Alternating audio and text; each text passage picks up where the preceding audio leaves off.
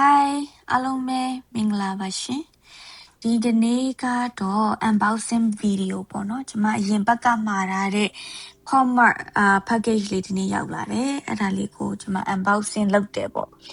ထထကြရက်နဲ့မကင်းဘူးအဲ့တော့ video recording လုပ်တာလေကျွန်မ microphone ပုံပိတ်နေတာကိုမသိခဲ့ဘူးကွယ်အဲ့တော့ကျွန်မအခု voice over လုပ်နေရတယ်ခါမှမလုပ်ဘူးတော့နည်းနည်းတော့တမျိုးကြီးဖြစ်နေရပေါ့နော်အတန်နဲ့ပါဇက်နဲ့လည်းမကိုက်နဲ့ဒါကတော့ကျမရဲ့ဓာတ်ကလေးပေါ့နော် Amazon ကမှာထားတာအခုကဒီနေ့3ခုမှာထားတာ3ခုမှာထားတာမှာနှစ်ခုကအဲ့ Chinese New Year အတွက်လေသူတို့မြင်းနဲ့ဆိုတော့အဲ့အစုံပါတယ်ပေါ့နော်ဘာပေါက်မလဲတော့မသိခဲ့ဘူးပေါ့နော်အဲ့တော့နှစ်ခုကအဲ့မြင်းနဲ့အတွက် special ထုတ်ထားတဲ့ဟာလေနောက်တစ်ခုကတော့ကျမကနှစ်ခုရှိပြီးသားအရင်တော့နှစ်ခုဖောက်ထားဘူးတယ်အဲ YouTube တင်ထားဘူးတယ်တိတဲ့သူတွေတော့သိတယ်ပေါ့နော်အားရဲ့ TikTok နဲ့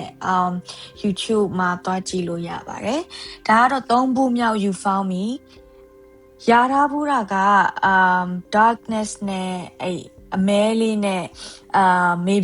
ဘဲမလေးနဲ့ရထားဘူးတယ်ပေါ့နော်အခုဒီဟာတစ်ခုတည်းမာတာတော့နည်းနည်းတော့လဲကြောက်တယ်ဘာလို့ဆိုတော့ရပြီးသားကြီးပြန်ရမှလည်းကြောက်တယ်ကွာပြီးတော့နောက်တစ်ခုကကိုမရချင်တာနောက်တစ်ခုရှိသေးတယ် chestnut တော့အရင်မကြိုက်ဘူးအဲ့တော့တဘူးထဲမှာရပြီးတော့ကိုမကြိုက်တာကြီးရမှလည်းကြောက်တယ်ပေါ့နော်ပြီးတော့ဒါပေမဲ့လည်းဘာပဲပေါက်ချင်ပါပါအဲ့တော့3ဘူးဖောက်မှာဖြစ်ပါတယ်အဲ့တော့ကြည့်ပေးကြပါဦးနော်ကျေးဇူးတင်ပါတယ်နော်